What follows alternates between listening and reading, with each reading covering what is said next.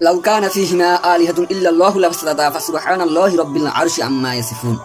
যদি আসমান ও জমিনে আল্লাহ ছাড়া অন্যান্য কোনো ইলাহ থাকতো তবে উভয় ধ্বংস হয়ে যেত। অতএব আল্লাহ আরশের অধিপতি, আল্লাহ সেসব বিষয় থেকে পবিত্র যা তারা বলে থাকে। জরথুইজ ধর্মে আল্লাহর কি ধারণা সেই বিষয়ে কথা বলবো।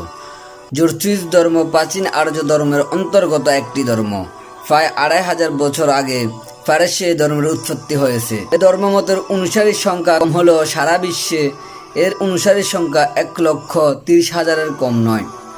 এটা প্রাচীন ধর্মগুলোর একটি।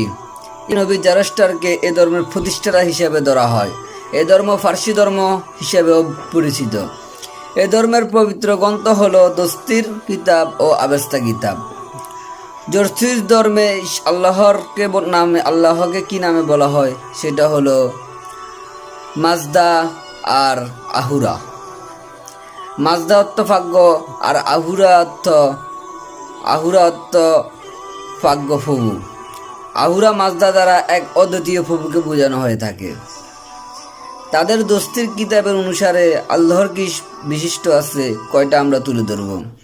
সেখানে বলা হলো, আমাদের উচিত বর্তমান অশ্লীল সমাজে ইসলামিক ভিডিওগুলো like, share, follow and subscribe করে সবার মাঝে ছড়িয়ে দেওয়া। সম্ভবত এটা একটা সওয়াবের কাজ। আপনার কারণে একজন মানুষ ইসলামিক জ্ঞান শিখার সুযোগ পেল।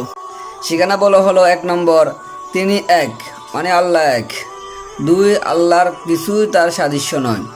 3, আদি অন্তহীন আল্লাহ। 4, তার পিতা মাতা স্ত্রী পুত্র কিছুই নেই আল্লাহর। 5, তার কোনো আকার আকৃতি নেই আল্লাহর।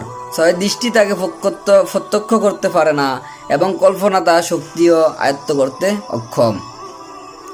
7, তিনি মানবীয় ধারণা কল্পনার বহু ঊর্ধ্বে। 8, তিনি মানুষের নিজের চেয়েও নিকটতর। আবার আসে তাদের আবেস্তা কিতাবে। আবেস্তা অনুসারে আল্লাহর সম্পর্কে বলা হলো, আল্লাহ সৃষ্টিকর্তা। ইয়াসনা 31 নং অধ্যায় 7 ও 11 নং শ্লোকে বলা হলো। ইয়াসনা 44 নং অধ্যায় 7 নম্বর শ্লোকে বলা হলো। ইয়াসনা 50 নং অধ্যায় 11 নং শ্লোকে বলা হলো। ইয়াসনা 51 নং অধ্যায় 7 নং শ্লোকে বলা হলো আল্লাহ সৃষ্টিকর্তার ব্যাপারে। আল্লাহ সর্বশক্তিমান ও শ্রেষ্ঠ। ইয়াসনা 33 নং অধ্যায় 11 নং শ্লোক। ইয়াসনা 45 নং অধ্যায় 7 নং শ্লোক।